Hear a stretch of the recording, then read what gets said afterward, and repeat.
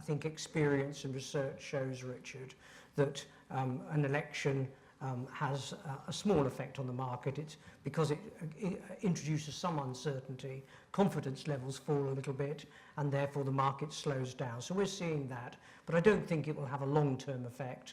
And research and experience suggests that if the same parties returned, the market recovers very quickly. If it's a new government, then it may well be it take a little bit longer, but I don't think it will hold back the market for the rest of the year. Andy, what's the view from Nationwide? Well, if I just go back and look at the previous 4 or 5 general elections, there seems to be a bit of a trend. And around about sort of 6 months before the general election, there's a bit of a peak, and then we go into a lull. And there is argument saying actually the first January, February, March of this year, we've had a quieter period. Prices dropped, didn't they? Your survey in February, for example. They've gone up slightly. But then post the general election, that pent-up demand then comes through.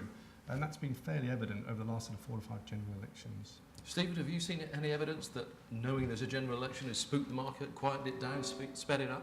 Well, the first quarter of this year started very well on the mortgage broking side, the mortgage lending side.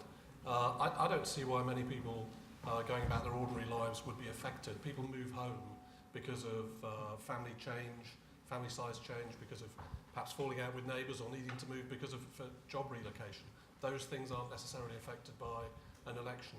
I think things that could make a big pause, though, are things like the referendum. Certainly the Scottish experience last year showed the property market slowing dramatically in the run-up to the referendum and then picking up again afterwards. And I'd have to say I would be concerned if we actually go into a Euro referendum as to the overall impact on the UK property market then.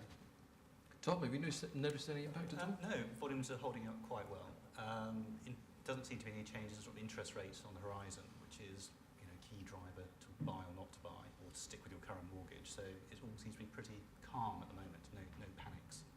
And I'm guessing with you, Mike, that from the politics point of view, from a housing association point of view, there's probably not too much impact? Not so much, too much impact, because the current government have actually committed funding through from 2015 through to 2020, so that's actually helped that in quite a way. But there's still a certain amount of uncertainty, which no doubt will come on to about certain policies in the manifesto, which may have quite a big impact on our sector. So there is always worry about changes in housing policy and the impact that will have on us.